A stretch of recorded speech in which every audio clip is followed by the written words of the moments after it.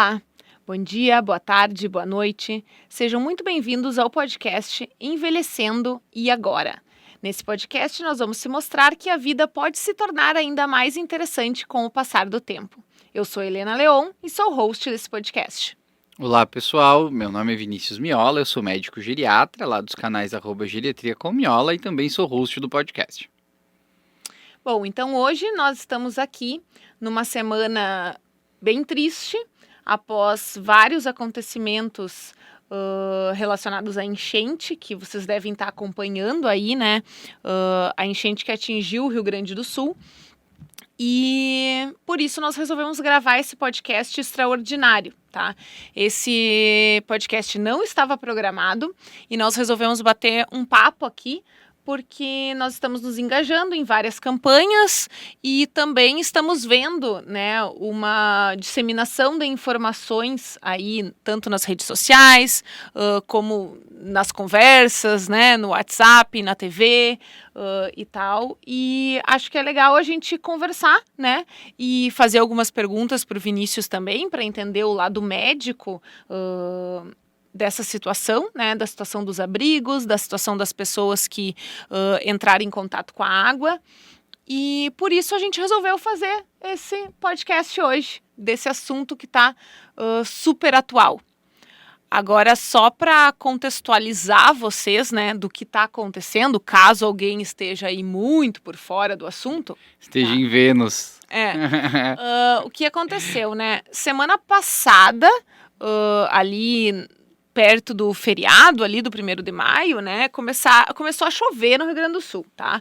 E os desastres começaram ali pelo Vale do Taquari, a região que também foi afetada ano passado, em setembro, por uma grande chuva, também chuva em grandes volumes, que destruiu várias cidades ali da região, né, dentre elas Mussum, Encantado, Lajeado, Lajeado, Estrela, tiveram várias cidades ali que foram afetadas e várias outras cidades pequenininhas que tem ali na volta, né, também foram afetadas.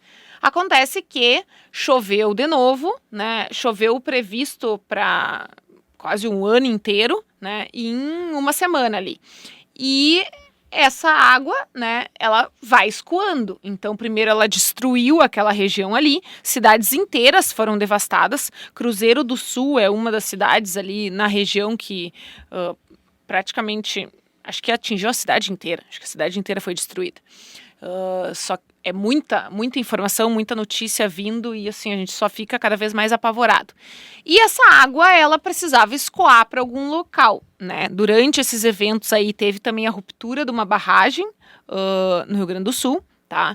Porque ultrapassou qualquer cheia de projeto, né, dessa barragem, então acabou acontecendo essa fatalidade. E toda essa água, né, ela escoa, então, para a região metropolitana, né, é recebida lá pelo Lago Guaíba. E o que aconteceu? Porto Alegre tem um sistema de diques no entorno da cidade, mas parece que houve falha em algumas dessas comportas, outras estava vazando pelo meio, né, pelas juntas ali que tem entre uma e outra. As informações são desencontradas, então a gente não sabe exatamente o que é verdade, o que é fake news, né, do que colocam nas redes sociais, mas o fato é que o sistema de proteção contra as cheias ali não foi o suficiente, né, para barrar toda a água que chegou até Porto Alegre. Tá? E daí, não sei se o Vinícius quer seguir abordando, contar a nossa relação com os bairros que foram afetados ali.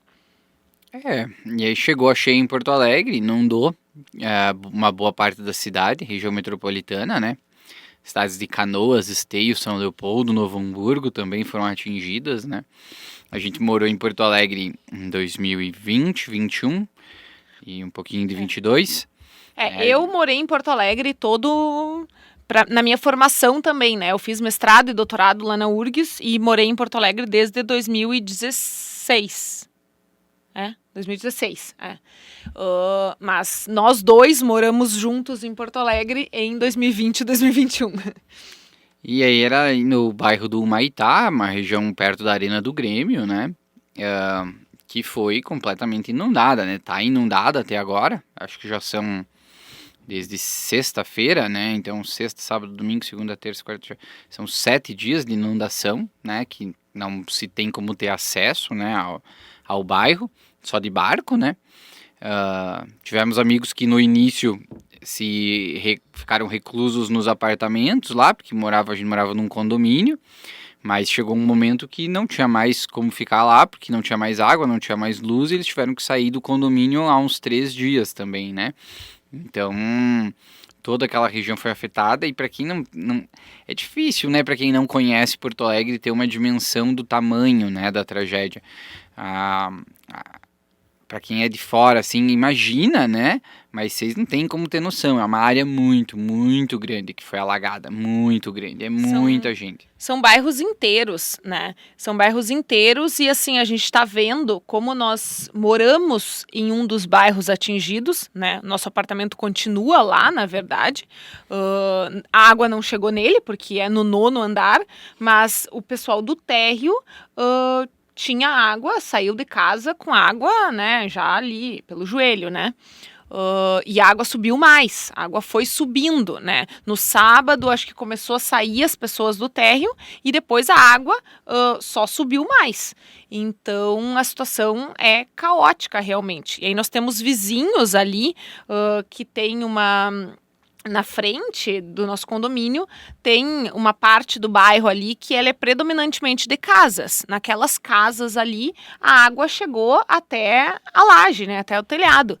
Então, foi uma situação muito triste, assim, as pessoas tendo que ser resgatadas de barco, outras saindo em retroescavadeiras, dentro de pás de retroescavadeiras, jet ski. Então, assim, o povo usou os recursos que tinha, né, os equipamentos que tinha para tirar as pessoas de lá, para tirar as pessoas, os animais, né, e tem outros que estão ilhados lá, que não quiseram sair, porque também tem medo, né, dos furtos que estão acontecendo, dos saques, né, de pessoas que às vezes se aproveitam dessa situação para ainda roubar.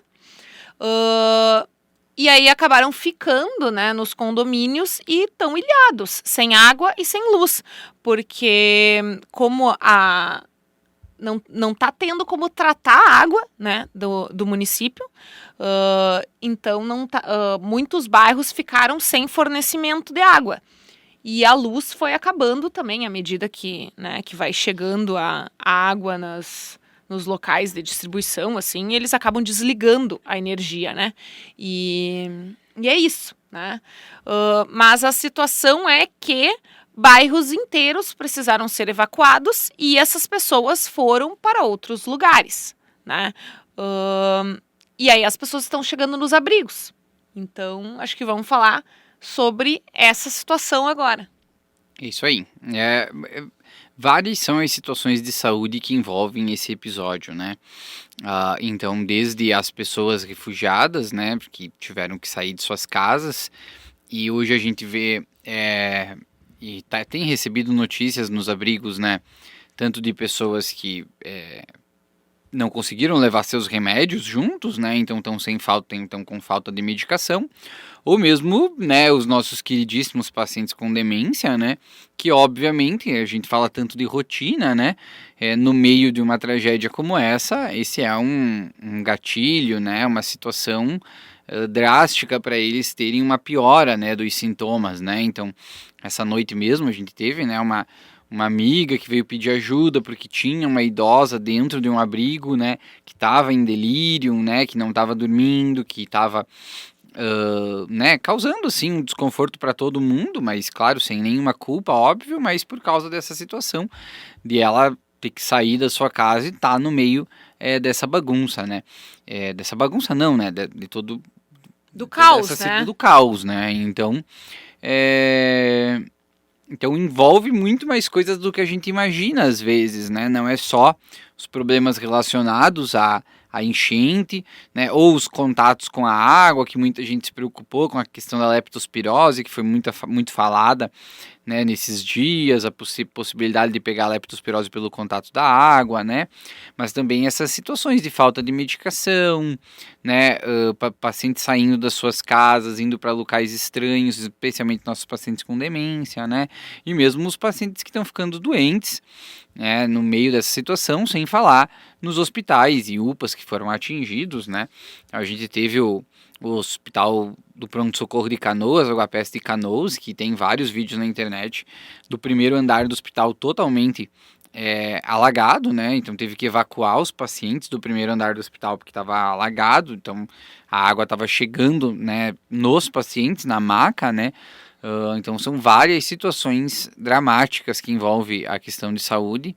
nesse momento, né, e a gente vai conversar um pouco, não sei o quanto que a gente consegue ajudar, orientar as pessoas e ajudar de qualquer forma, ou mesmo estimular vocês que talvez estejam escutando, né, a doar, né, de alguma forma doar remédio, doar produtos de higiene, doar outras coisas, e se possível ir até a região para se voluntariar e ajudar de forma voluntária, né. Tá, então vamos começar por partes, tá? Digamos que alguém aqui que está nos escutando, né, precisou sair da sua casa e entrou para entrar até o barco e tudo mais, né, ou o transporte aquático que conseguiu, teve contato com a água, né? A pessoa saiu com água pela cintura, teve contato com a água e depois foi para um abrigo. Qual é a orientação de saúde para essa pessoa? O que ela tem que fazer, então, para evitar alguma doença relacionada a esse contato com água que... A doença classicamente associada às enchentes é a leptospirose, que é uma doença causada por uma bactéria, né, a leptospira, e que muitas vezes é disseminada pelo contato com ratos, né, urina de rato, né, então que muitas vezes quando a água vem acaba levando essa bactéria junto e dentro da enchente ela acaba entrando em contato com a pele e contaminando as pessoas, né. Geralmente a gente não tem enchentes, né, cheias dessa magnitude, né, então nunca se falou em profilaxia de leptospirose, né, geralmente a gente trata os casos suspeitos, né, que tem uma epidemiologia compatível, ou seja, uma paciente que tem essa história do contato com a enchente, do contato com o xixi do rato, né, e que tenha sintomas né, que sejam sugestivos de leptospirose. Então, nesse caso, a gente acaba tratando a doença, né? Mas, por causa da magnitude da situação, né, hoje está se falando muito em profilaxia de leptospirose, ou seja, tomar antibiótico após o possível contato, né, com a água e com a bactéria, né? E aí, após esse contato, acabar tomando uma dose de antibiótico para fazer profilaxia, né? Então, aí tem duas situações. Primeiro, que a profilaxia da leptospirose não é algo com evidência robusta na literatura, né? Então, a gente não tem estudos mostrando que realmente ela funciona, né? Então, a gente não tem certeza absoluta de que ir lá e tomar um comprimido de doxiciclina, né? Que é o antibiótico indicado para profilaxia de leptospirose ou para tratamento depois, né, assim como outros antibióticos também tratam, a gente não tem uma comprovação científica forte de que você fazer o uso desse antibiótico realmente previna a leptospirose, né.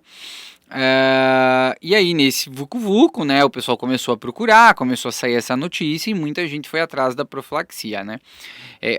O segundo problema que mora aí, o primeiro é que a gente realmente não tem evidência de que funciona, e o segundo é que se todas as pessoas, a gente sabe hoje que tem mais de dezenas de milhares de pessoas, né, que estavam no meio dessa situação, eventualmente se a gente tiver que disponibilizar remédio profilático para todas elas, a gente pode ter uma escassez do remédio para tratar as pessoas que realmente tiverem a doença, né. Então, nesse cenário de escassez de recurso, né, é importante que a gente, quando pensa em saúde pública, a gente consiga eventualmente trabalhar com o recurso que se tem, né? Então, às vezes eu não posso desperdiçar o recurso de uma forma que eventualmente não tenha o efeito que eu espero, né? Então, acho que é bom contextualizar isso para as pessoas entenderem os prós e os contras, né? Porque não é, só vou tomar um comprimido de antibiótico lá e ok, não vai fazer mal, mas se não fizer bem, também tudo bem. Ok, tudo bem, provavelmente não vai fazer mal, e mesmo que não tenha um efeito positivo, não vai fazer mal, mas a gente tem um problema da magnitude da situação, né? E que se a gente der para todo mundo, eventualmente, a hora que a gente precisa do antibiótico e que é uma medicação importante, a gente não vai ter para tratar as pessoas que realmente precisarem. Mas então, e como é que a gente sabe as pessoas que realmente precisam? Sim, então partindo disso, né, a Sociedade Brasileira de Infectologia e outras sociedades, a princípio estão passando a recomendação de que faça profilaxia a pessoas que tiveram um período prolongado de exposição na água ou que tiveram uma exposição à água com algum ferimento, com algum corte, né, alguma lesão cortante que facilite a entrada da bactéria, né, na corrente sanguínea, né? E aí foi definido até o momento, né, o que a gente já viu em alguns comunicados, que essa exposição prolongada seria definida como mais de 3 horas dentro da água, né?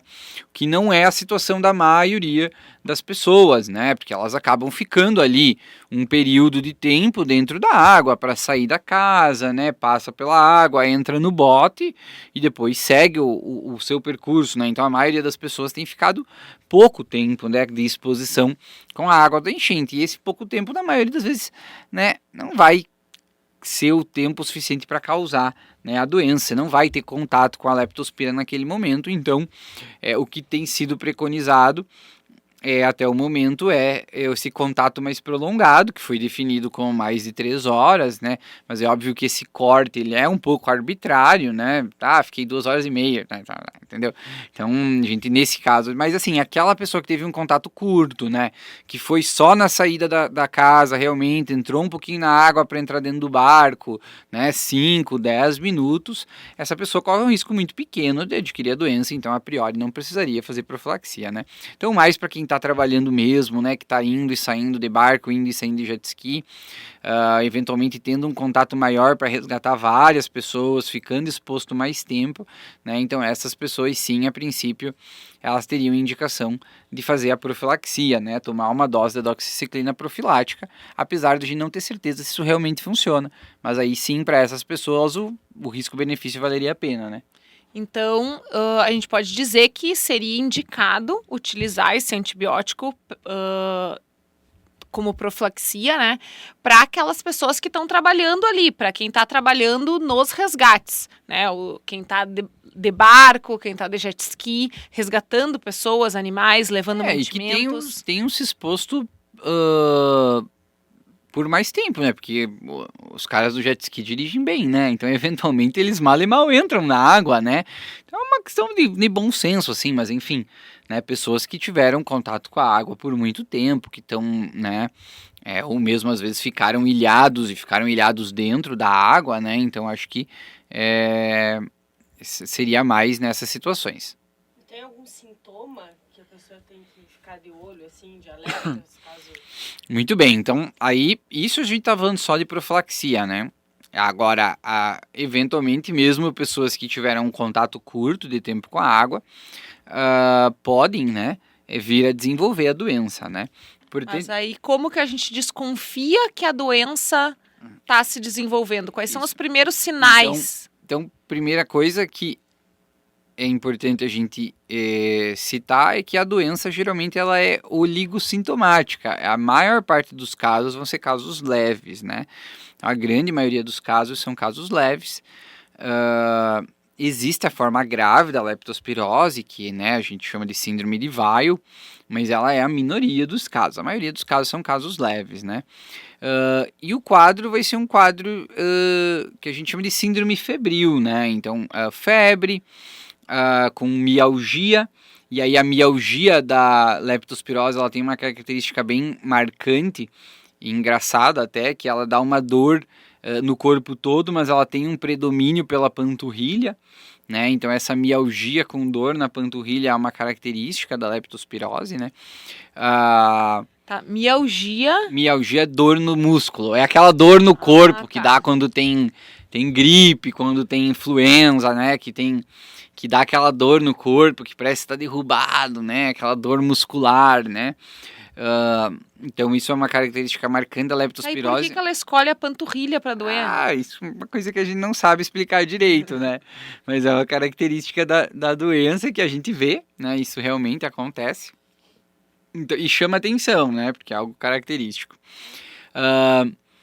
Tem uma característica da doença que também é interessante, que é a sufusão conjuntival. Então a conjuntiva começa a ter secreção, muitas vezes o olho fica um pouco mais vermelho, às vezes com uma cor até de rubi, uma cor diferente, né? Então, para o leigo, né, pensando numa conjuntivite, né? Então, às vezes, ter essa alteração ocular chama bastante atenção também para a leptospirose, caso venha com esses outros sintomas, né? E aí algumas alterações laboratoriais também, que vão ser características caso o paciente procure atendimento. Óbvio que quando a gente pensa, por exemplo, nesses sintomas agora, inclusive em Porto Alegre, né? A gente teve lá recentemente, a gente lembra também de dengue, né? Então, dengue era uma doença que estava, né, endêmica na cidade, estava tendo muito caso, né? Que também dá dor no corpo. Isso, e agora vai ter água parada, né?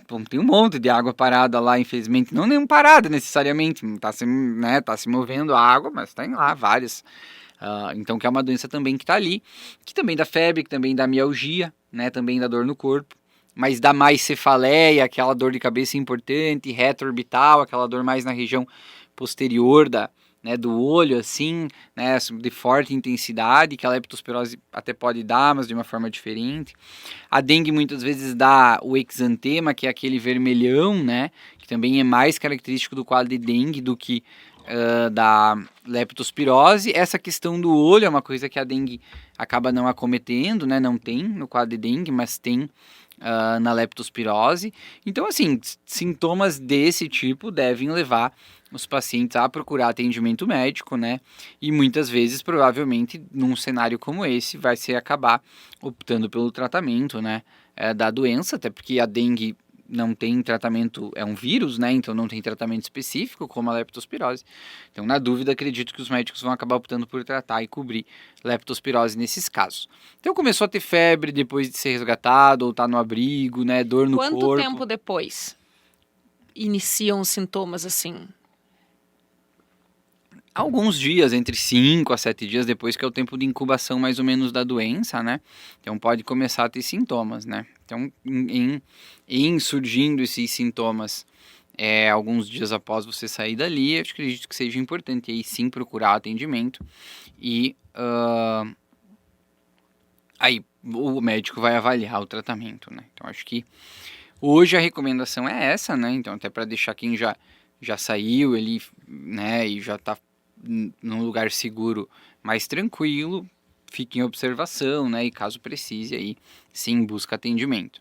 E existe algum fator de risco, assim, por exemplo, idoso tem um risco maior, Os mesmos ou o risco sempre, é o mesmo né, para todo mundo? Os mesmos que para toda doença grave, né, idoso tem mais risco, o paciente que tem múltiplas comorbidades, muito doente, né, então o paciente tem DPOC, insuficiência cardíaca, diabetes descompensado, né, um câncer, né, todo paciente que é um multicomórbido, né, tem muitas comorbidades, ou o idoso, especialmente o idoso frágil, né, esses pacientes sempre têm mais risco, né, de ter uma evolução pior de qualquer quadro infeccioso, né, então esse cenário não muda, né, também tem mais risco de ter uma doença talvez mais severa, do que os pacientes adultos, jovens, rígidos, né? Então...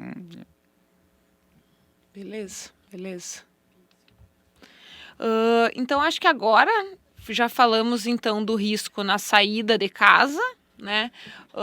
Agora, nos abrigos, né? A gente pode ter riscos ali, às vezes até de manipulação dos alimentos, né? Eu vi que estavam pedindo lá para as doações de marmita que o pessoal colocasse a data, né? A data e hora que foi produzida aquelas marmitas, porque tem muitos lugares que eles estavam, inclusive, sem fornecimento de energia, né? Então também não tem muito como armazenar e como refrigerar as coisas de forma adequada. Então tem esses riscos também, né? De alguma coisa intestinal, assim, como é que fala? É uma gastroenterite, Gastroenterite, isso. Isso, então existe, né? Isso a gente vai ter que, os abrigos vão ter que tentar cuidar, né? E também pela falta de saneamento, né? Porque que é um também problema pode do dar. Brasil, né? Então só piora com uma situação dessa, né? Claro que é importante que as pessoas, elas óbvio que acredito que todos os que estão em abrigos, né, situação muito dramática, né? Mas lembrem que os nossos idosos, eles têm esse problema de talvez desenvolver esses quadros de delírio, né, nessa situação, né? Então, às vezes, de ficar agitados, ficar agressivos, e as pessoas vão ter que ter paciência, né, para entender e tentar ajudar da forma que for possível, né? Os idosos, os nossos idosos com demência, a gente sabe, muitos deles usam fármacos, né, remédios, que eventualmente, na sua ausência pela perda, né, e não conseguir repor a tempo, vão causar sintomas de abstinência, né? Tá, vamos contextualizar isso melhor, assim, então, que você já entrou direto ali na questão dos idosos e acho que a gente precisa dar um panorama geral. Vá que alguém aqui não acompanhe o Instagram, né? Não saiba que o foco lá da maioria dos conteúdos do Instagram é demência, né? Então, o Vinícius está abordando aqui o caso de muitos idosos que acabam desenvolvendo demência, né? E que tomam muitos medicamentos, dentre eles antipsicóticos, antidepressivos, que mais que tomam? Benzodiazepínicos. Mas né? não só os idosos com demência nesse caso, né? Todos os idosos que façam uso de neurofármacos, né? Fármacos para o sistema nervoso central, podem, né, na ausência das medicações, acabarem desenvolvendo uma síndrome de abstinência, né? Piorando algum efeito do seu comportamento por estar sem a medicação, né? Mas então acho que vale um aviso para o pessoal que está trabalhando no acolhimento dos abrigos, muitas vezes, né? No momento de receber essas pessoas, que está ali fazendo a triagem, perguntar sobre as medicações, né, que a pessoa toma, ou pedir para a família, né, porque não sei também se todo idoso vai saber informar ali em detalhes a sua prescrição, né? Mas quem chegar junto com a família e tentar providenciar, né? Essa noite aconteceu aquele caso que o Vinícius comentou, aconteceu essa noite no abrigo onde uma prima minha tá ajudando, né? E ela veio nos pedir um medicamento, né? Esse medicamento é controlado, então precisa também de receita médica. Mas saibam que tem muitos profissionais nas redes sociais, tem muitos grupos de médicos que estão se unindo, né, e estão fazendo isso, estão fazendo teleconsultas gratuitamente para as vítimas das enchentes, estão renovando receitas gratuitamente, né, pelo sistema digital ali, né, pelo próprio sistema do CRM, para possibilitar essa compra, né? Então, assim, evitar deixar esses idosos, aqui a gente está focando no idoso porque é a área de atuação do Vinícius, né? Mas evitar deixar essas pessoas sem as suas medicações controladas, né? Às vezes o pessoal pode pensar, mas não é necessidade urgente agora o importante é estar quentinho, é ter um colchão, um cobertor, uma roupa limpa para vestir e comida e água. Muita gente está pensando isso, sabe? Mas medicação controlada e essas medicações de uso contínuo, né, desses pacientes são essenciais, assim como a água, assim como a comida, né, são essenciais para eles também. Então a gente tem que sempre pensar nisso, assim. Isso só dá uma magnitude ainda maior do tamanho do problema, né? Porque a gente não pode deixar de de lembrar dessas situações. Com certeza as medicações são importantes, né? Imagina se todos os hipertensos que estão lá nos abrigos deixarem de tomar os remédios para pressão.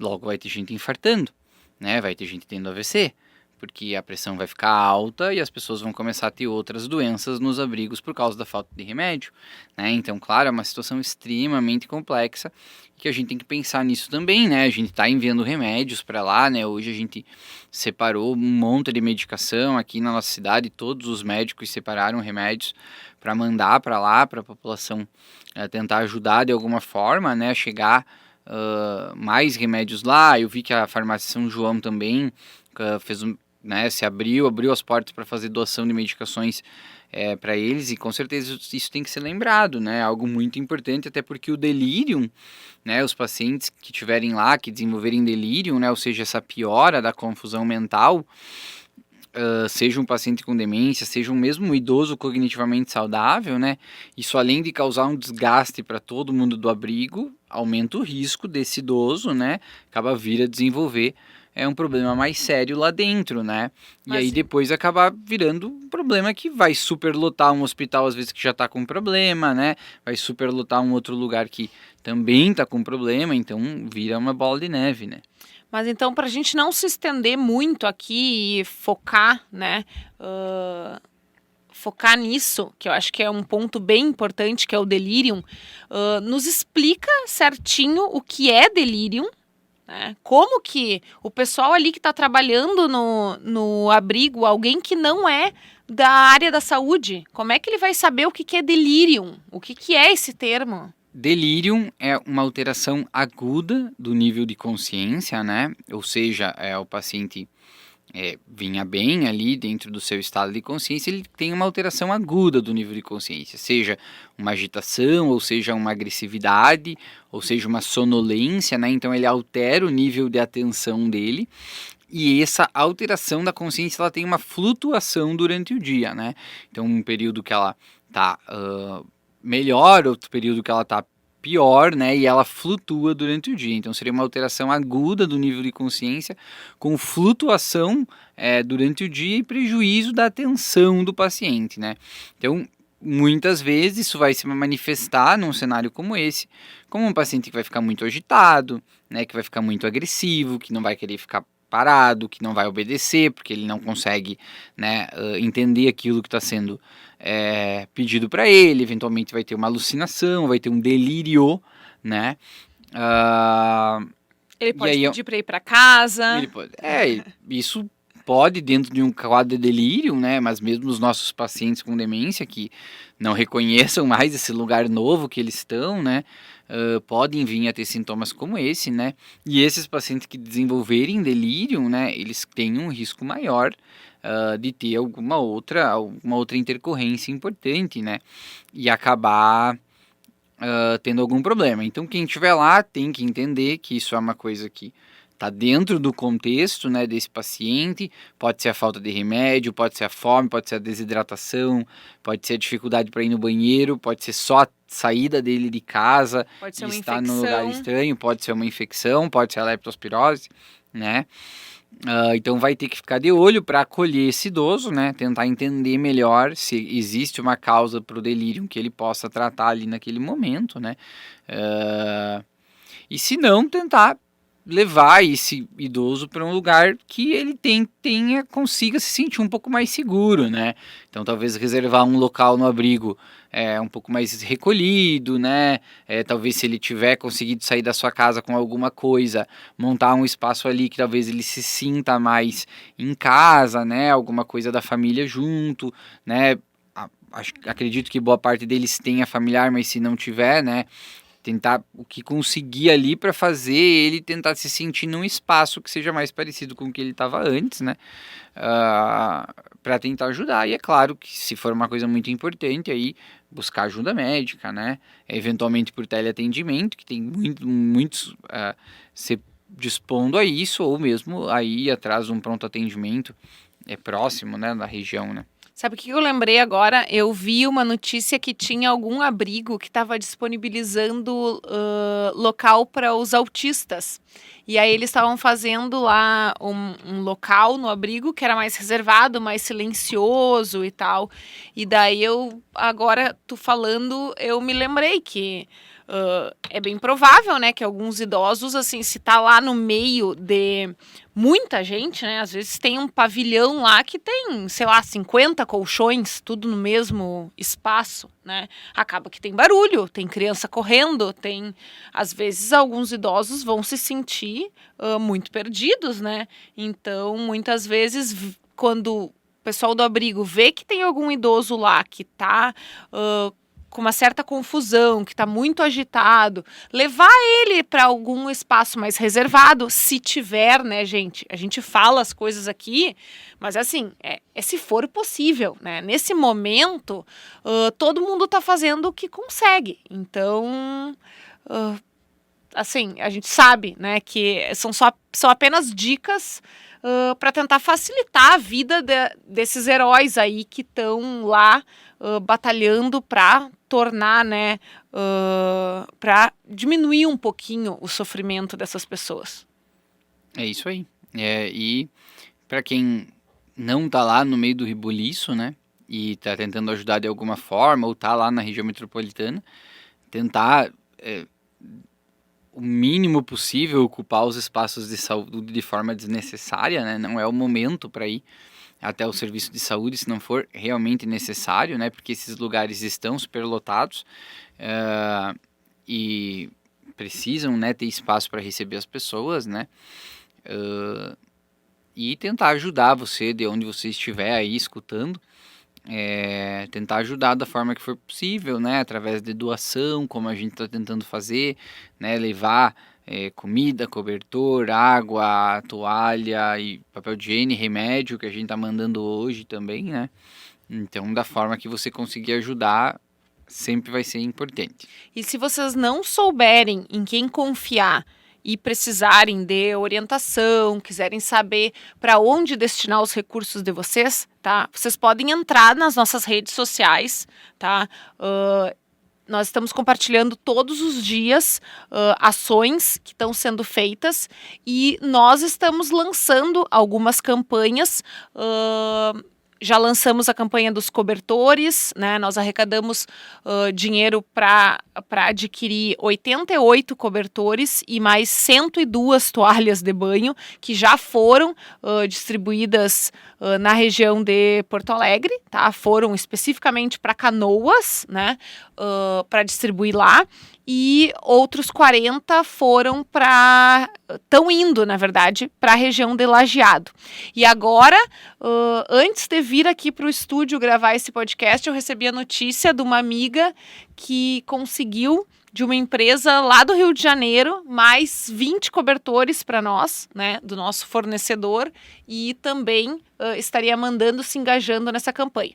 E agora nós estamos com a campanha da água também aberta, estamos arrecadando dinheiro para comprar água, mas está bem difícil, já digo para vocês que está faltando fornecedor até aqui, né, nós estamos em Santa Catarina e está difícil de conseguir água para comprar, para mandar, mas a gente está se virando do jeito que dá. Tá? Então, quem quiser contribuir, entre lá nas nossas redes sociais, tá? No @geriatria com Miola ou no meu pessoal, né? Eu não sou influencer, mas eu tô ajudando nesse quesito ali, é @HelenaBLeon. Mas vocês podem ir lá no Instagram do Vinícius, que todo mundo já segue, né? E se não segue, é para seguir. Que vocês me acham lá, porque eu tô todo dia gravando vídeos da prestação de contas e o Vinícius está compartilhando. Então, vocês nos encontram lá. Nos encontrem no @geriatria com Miola. Brigadão e até mais.